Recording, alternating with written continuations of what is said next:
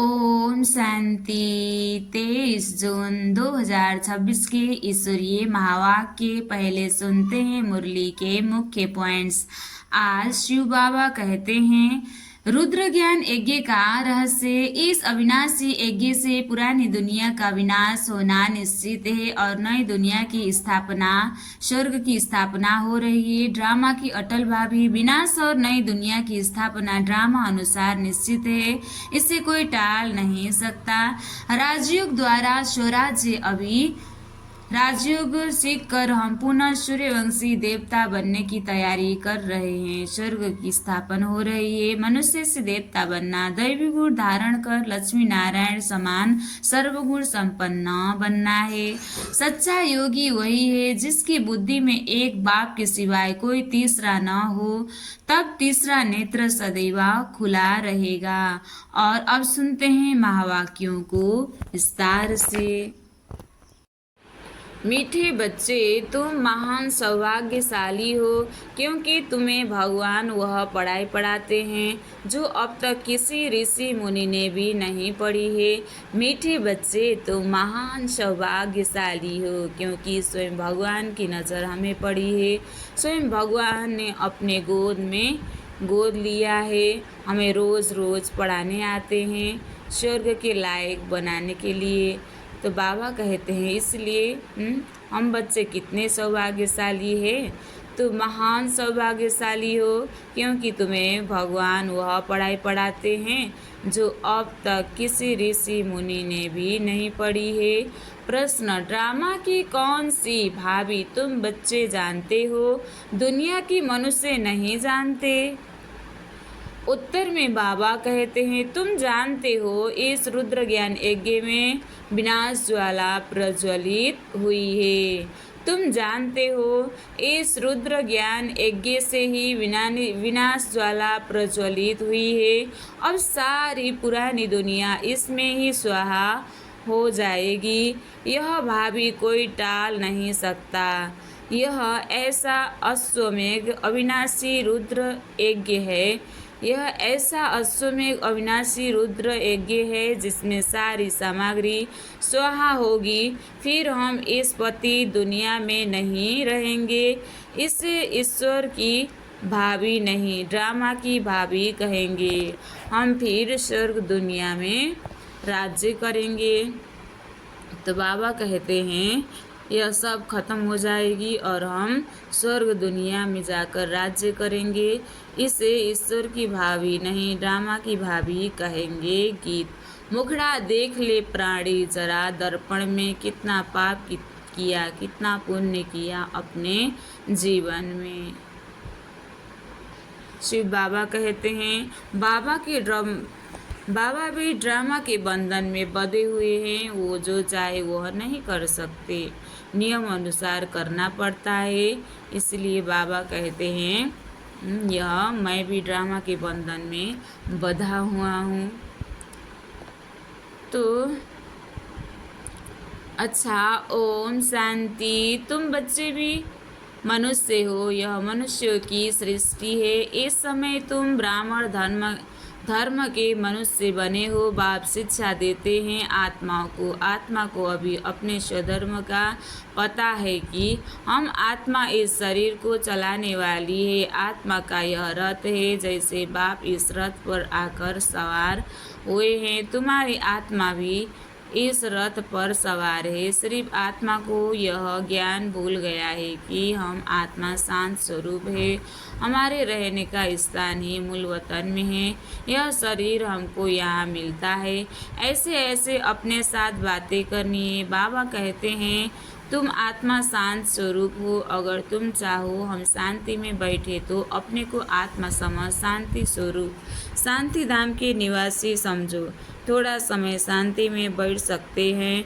मनुष्य शांति ही मांगते हैं। मन को शांति चाहिए, यह आत्मा ने कहा, परंतु मनुष्य यह नहीं जानते हैं कि मैं आत्मा हूँ, यह भूल गए हैं। एक कहानी भी है ना, रानी के गले में हार पड़ा था और ढूंढती थी बाहर। तो बाप भी समझाते हैं, शांति तो तुम्हारा स्वधर्म है, तुम्हारा गले का हार है। बच्चों ने तो शांति बाहर बाहर ढूंढते हैं। बच्चों ने समझा है हम आत्माएं शांत स्वरूप हैं। यहाँ यहाँ आई है पाठ बजाने, इस अर्गन से डिटैच हो जाते हैं तो आत्मा शांत है। आत्मा अपने स्वधर्म शांति में जितना चाहे बैठ सकती है। चाहो हम इस शरीर से काम न करें तो शांत में बैठ जाओ, यह है ही सच्ची शांति। इनको तुम ढूंढते नहीं, तुम्हारा स्वधर्म शांत है। अभी यहाँ पाठ बजा रहे हैं, बाबा द्वारा मालूम पड़ा है। हमने 84 जन्मों का पाठ बजाया। इन 84 जन्मों के चक्र का कोई को पता ही नहीं, सिर्फ तुम बच्चे ही समझते हो। पहले हम सूर्यवंशी राजा व प्रजा थे, फिर चंद्रवंशी सो, वैश्यवंशी सो, शूद्रवंशी बने। अब फिर से हमको सूर्यवंशी बनना है। तुम बच्चे सृष्टि के आदि मध्य अंत को जान गए हो। सृष्टि के आदि मध्य अंत को जानते हो। तुम कितने सौभाग्यशाली हो। बाप तो यथार्थ बात समझाते हैं, यह है ही सद्गति मार्ग। यह समझना, यह है ही सद्गति मार्ग। समझना है कि सर्व का सद्गति दाता एक है। अभी जान गए हो, अब जान गए हो। हमको बाबा आकर 21 जन्मों के लिए सद्गति प्राप्त करा रहे हैं। बाहर वाले मनुष्य इन बातों को जानते ही नहीं।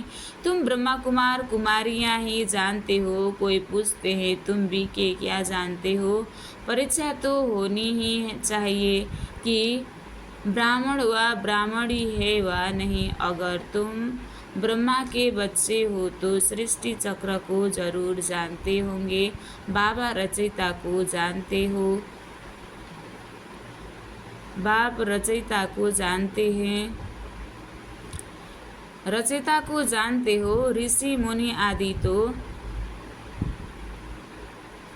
बाप रचयिता को जानते हो। बाबा पूछ रहे हैं ऋषि मुनि आदि तो रचता और रचना को जानते ही नहीं है, तो गोया नास्तिक ठहरे ना। तुम भी नास्तिक थे, तुम भी रचता बाप और रचना के आदि मध्य अंत को नहीं जानते थे। स्कूल में पहले अनपढ़ ही आते हैं, फिर कहेंगे स्कूल में यह पढ़ा है।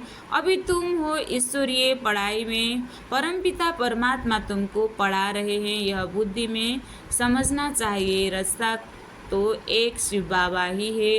रुद्र ने ज्ञान यज्ञ रचा, यह शास्त्रों में भी है। अब रुद्र और शिव परमात्मा में फर्क तो कोई है नहीं। यह भी है कि रुद्र ज्ञान यज्ञ से विनाश ज्वाला निकली। सिर्फ रुद्र शिव की जगह श्री कृष्ण का नाम डाल दिया है वही गीता। कहते हैं इस ज्ञान यज्ञ से विनाश ज्वाला प्रज्वलित हुई, तो स्वराज्य के लिए यह ज्ञान यज्ञ है। इसमें पुरानी दुनिया स्वाहा होनी है। यज्ञ में सारी आहुति अर्थात सामग्री डालते हैं, सब स्वाहा कर देते हैं, तो इस रुद्र ज्ञान यज्ञ में सारी पुरानी दुनिया स्वाहा हो जाएगी। तुम अब राजयोग सीख रहे हो, इस पति दुनिया में फिर आएंगे नहीं। यह पुरानी दुनिया फिर ख़त्म हो जानी है। तुम जानते हो नेचुरल क्लाइमेटिस आदि सब होगी। यह सारी नॉलेज तुम्हारी बुद्धि में बैठना चाहिए। शिव बाबा कहते हैं मेरी बुद्धि में ही सारा ज्ञान है। बाप सत्य है, चैतन्य है, ज्ञान का सागर है। सृष्टि के आदि मध्य अंत को जानते हैं। ऋषि मुनि तो कहते हैं हम रचता और रचना को नहीं जानते।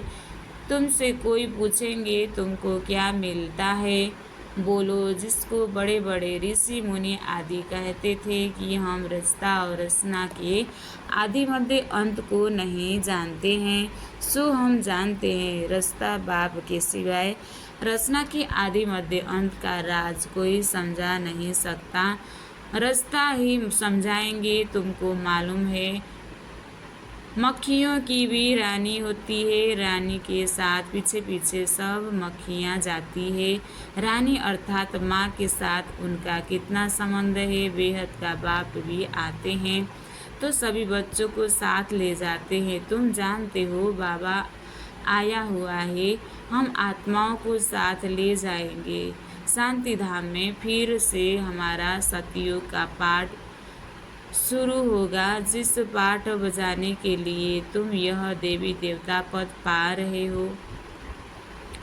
यहाँ तुम आते ही हो मनुष्य से देवता पद पाने, सब गुण यहाँ धारण करने हैं। इस लक्ष्मी नारायण जैसा बनना है। इनको दिव्य दृष्टि के सिवाय कोई देख ही न सके। अभी तुम जानते हो हम सूर्यवंशी देवता बनेंगे। तुम्हारी बुद्धि में है कि स्वर्ग की राजधानी कैसे स्थापन होती है। सतयुग में था ही देवताओं का राज्य, परंतु देवताओं के राज्य में भी फिर राक्षस आदि दिखाते हैं। यह कोई जानते ही नहीं। भारत कितना पवित्र था, महिमा भी गाते हैं। सर्वगुण संपन्न, स्वर कला संपन्न। स्वर्ग दुनिया में कोई दैत्य कोई राक्षस आदि होते नहीं हैं। वहाँ सुख ही सुख होता है, कोई दुख आदि होती नहीं है। तो उन्होंने आगे माथा भी टेकते हैं, कहते हैं भारत कितना पवित्र था, महिमा भी गाते हैं। सर्वगुण संपन्न, स्वर कला संपूर्ण देवी देवता थे। उन्होंने आगे माथा भी टेकते हैं। मंदिर भी बहुत बने हुए हैं, परंतु यह पता ही नहीं है कि आदि सनातन देवी देवता धर्म सतयुग का कब और कैसे स्थापन हुआ। भारत जो इतना ऊंच था वह नीच कैसे बना, यह किसी को भी पता नहीं है। कहते हैं यह भाभी बनी बनाई है, किसकी भाभी है वह भी नहीं समझते हैं। ड्रामा की भाभी समझे तो समझ में आए। ड्रामा का रचयिता, क्रिएटर, डायरेक्टर कौन है, सिर्फ कह देते हैं ईश्वर की भाभी। ड्रामा कहने से ड्रामा के आदि मध्य अंत को जानना चाहिए। सिर्फ किताब पढ़ने से ड्रामा का पता नहीं पड़ सकता है, जब तक जाकर कोई ड्रामा देखे नहीं। जैसे अखबार में भी पढ़ा था, एक श्री कृष्ण चरित्र का ड्रामा बना हुआ है, परंतु देखने बगैर कोई समझ थोड़े ही सकता है। देखेंगे तब समझेंगे ड्रामा में यह सब होना है। तुम बच्चे भी ड्रामा को अभी समझते हो। मनुष्य कहते हैं वर्ल्ड की हिस्ट्री ज्योग्राफी का यह चक्र फिरता रहता है, परंतु कैसे फिरता है यह किसी को पता ही नहीं है। नाम भी लिखे हुए हैं, सतयुग, त्रेता, द्वापर, कलयुग, फिर संगम युग, परंतु मनुष्यों ने समझ लिया है युगे युगे आते हैं। सतयुग त्रेता का भी संगम होता है, परंतु उस संगम का कोई महत्व ही नहीं है, वहाँ तो कुछ होता ही नहीं। यह बातें तुम जानते हो। सतयुगी सूर्यवंशी ने फिर चंद्रवंशियों को राज्य कैसे दिया है। ऐसे नहीं कि चंद्रवंशियों ने सूर्यवंशी पर जीत पाई है, नहीं। जो चंद्रवंशी का राजा होता है तो सूर्यवंशी राजा रानी उनको राज्य भाग्य का तिलक दे तख्त पर बैठाते हैं। राजा राम, रानी सीता का टाइटल मिलता है। किसने दिया? कहेंगे सूर्यवंशियों ने ट्रांसफ़र किया, अब तुम राज्य करो। जो सीन तुम बच्चों ने साक्षात्कार में देखी है, बाकी कोई लड़ाई आदि की नहीं लगती है। जैसे बाकी लड़ाई आदि नहीं लगती है, किसी को राजाई दी जाती है, वैसे देते हैं। उन्होंने पैर आदि धोकर उनको राज्य तिलक देते हैं। वहाँ कोई गुरु गोसाई तो होते नहीं हैं। अब तुम बच्चों की बुद्धि में है हम दैवी स्वराज्य वाले बनते हैं। सूर्यवंशी चंद्रवंशी राज्य में हम कितने सुखी होंगे। बाबा हमको दुख से निकाल सुख में ले जाते हैं और कोई सुखी बना न सके। साधु लोग खुद ही खुद भी चाहते हैं हम शांति धाम में जाएं। बाप कहते हैं मैं इन साधु आदि का भी उद्धार कर सबको शांति धाम में ले जाता हूँ। सन्यासी तो आते ही द्वापर में हैं, स्वर्ग में हम देवताओं ही रहते हैं, वहाँ भी सेक्शन अलग अलग है। सूर्यवंशी का अलग, चंद्रवंशियों का अलग, फिर बाद में इस्लामी, बौद्धी, सन्यासी आदि जो भी आते हैं सबका सेक्शन अलग अलग बना हुआ है। जब हम राज्य करते थे तो दूसरा कोई था नहीं। मूल वतन में भी ऐसे माला नंबरवार बनी हुई है। आदि सनातन देवी देवता धर्म वालों की है। पहली बिरादरी, फिर और बिरादरियाँ निकलती है। यह बिरादरी है बड़े ते बड़ी, और दूसरे जो धर्म स्थापक आते हैं सब उनसे निकले हुए हैं। तुम कहेंगे इस्लामी की है सेकेंड नंबर बिरादरी, फिर बौद्धियों की बिरादरी थर्ड नंबर हम है फर्स्ट, बाकी हद की और छोटे छोटे तो लाखों होंगे। यहाँ तो मुख्य है 4 बिरादरियाँ। पहले हम आते हैं, फिर इस्लामी, बौद्धी, क्रिश्चियन आदि आते हैं। अभी हम नीचे गिर गए हैं, हमको ही 84 जन्म ले पाठ बजाना पड़ता है। जो अभी लास्ट में है वही फिर फर्स्ट में होंगे। देवी देवताएं अब पतित होने के कारण अपने को देवी देवता कहला नहीं सकते। देवताओं को तो पूजते हैं, इससे सिद्ध होता है उन्हों की बिरादरी के हैं। सिख लोग गुरु नानक को मानते हैं, उनकी बिरादरी के हैं। सतयुग में पहला नंबर हमारी बिरादरी है, उनसे ऊंच बिरादरी कोई होती नहीं है। हम ऊंचते ऊंच बिरादरी वाले हैं। हम सबसे जास्ती सुख भोगते हैं, फिर वही कंगाल बनते हैं। सबसे जास्ती दुखी यह है, कर्जा भी यह लेते रहते हैं। कितने साहूकार थे, अभी कितने गरीब हैं, सब कुछ गवा बैठे हैं। यह है ही दुख हरता। अब बाप फिर तुमको सुखधाम का मालिक बनाते हैं, बाकी सब चले जाएंगे शांति धाम। आधा कल्प तुम सुख भोगते हो, बाकी सब शांति धाम में रहते हैं, चाहते भी हैं हम मुक्ति में जाएं। सुख को कागविष्ठा समान समझते हैं, उनको सुख धाम का अनुभव ही नहीं है, तुमको अनुभव है। महिमा भी गाते हैं, परंतु पतित होने के कारण भूल गए हैं।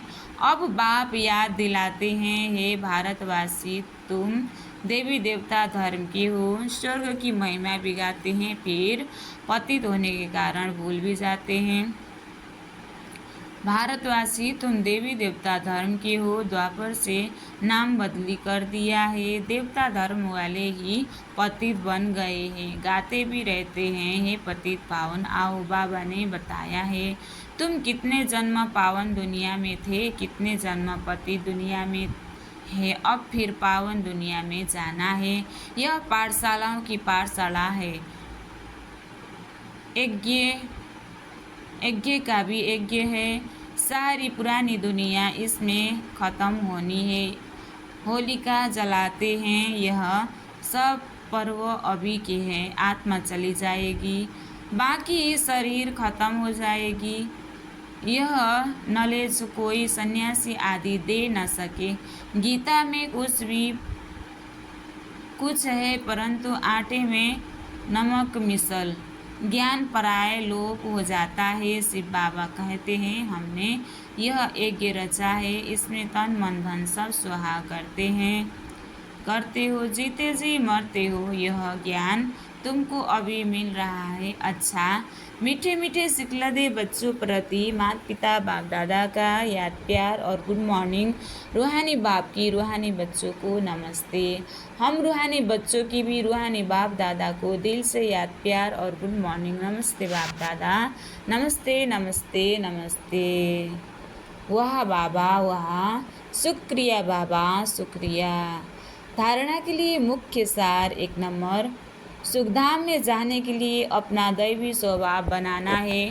ड्रामा के आदि मध्य अंत के राज को बुद्धि में रख हर्षित रहना है। सबको यही राज समझाना है।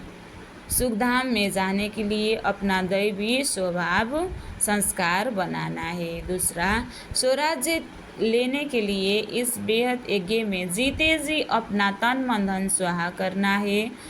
अपना स्वराज्य लेने के लिए इस बेहद यज्ञ में जीते जी अपना तन मन धन स्वाहा करना है, सफल करना है, सब कुछ नई दुनिया के लिए ट्रांसफ़र कर लेना है। आज बाबा ने वरदान दिया है, अपने मस्तक द्वारा तीसरे नेत्र का साक्षात्कार कराने वाले सच्चे योगी भव। अपने मस्तक द्वारा तीसरे नेत्र का साक्षात्कार कराने वाले सच्चे योगी भव। विस्तार, यादगार में योगी के मस्तक पर तीसरा नेत्र दिखाते हैं। आप सच्चे योगी बच्चे भी अपने मस्तक द्वारा तीसरे नेत्र का साक्षात्कार कराने के लिए सदा बुद्धि द्वारा एक बाप के संग में रहो। एक बाप दूसरे हम, तीसरा न कोई। जब ऐसी स्थिति होगी तब तीसरे नेत्र का साक्षात्कार होगा। अगर बुद्धि में कोई तीसरा आ गया तो फिर तीसरा नेत्र बंद हो जाएगा। इसलिए सदैव तीसरा नेत्र खुला रहे। इसके लिए याद रखना कि तीसरा न कोई, एक ही शिव बाबा को याद करना है। स्लोगन, प्रश्नचित्त बनना अर्थात परेशान होना। प्रश्नचित्त बनना अर्थात परेशान होना और परेशान करना। अव्यक्त इशारे, सदा हर्षित रहने के लिए अपनी नेचर को सरल बनाओ, सहनशील बनो। जो जैसे कर्म करता है वैसा उनका नाम भी पड़ता है। कर्म यदि श्रेष्ठ है तो नाम पड़ेगा श्रेष्ठ मणि बनने के लिए मन वाणी कर्म में सरलता और सहनशीलता, यह दोनों गुण आवश्यक है। अगर सरलता है, सहनशीलता नहीं तो भी श्रेष्ठ नहीं। इसलिए अगर सरलता है, सहनशील नहीं तो भी श्रेष्ठ नहीं। इसलिए सरलता और सहनशील दोनों साथ साथ चाहिए। अच्छा, ओम शांति।